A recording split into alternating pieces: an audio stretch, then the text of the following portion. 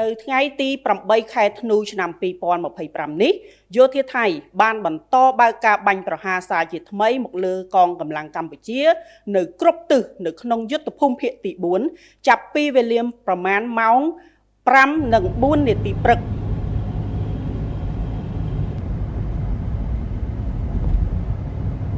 แล้วก็ต้องประกาศไปทำไมให้ประชาชนเขารู้ว่าสุกแหวนมึงไทยถ้าบ่มีมันนะ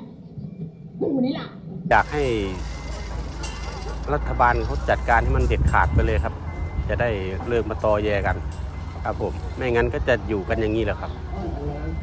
ไม่เป็นตาทำมาหากินไปไหนก็ไม่ได้ต้องระแวงตลอดเวลาว่าจะลบกันวันไหนอีกครับผม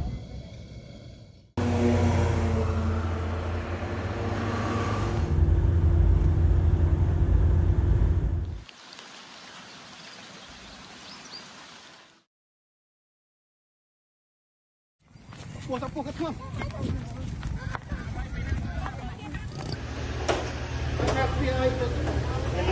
มันจะมีคาถาอาคมมีมนต์ดำมนต์แข็ง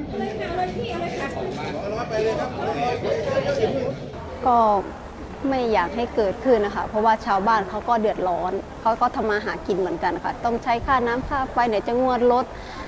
อะไรบ้างอย่างเงี้ยค่ะค่าใช้จ่ายอะไรก็เยอะค่ะก็ไม่อยากให้เกิดขึ้น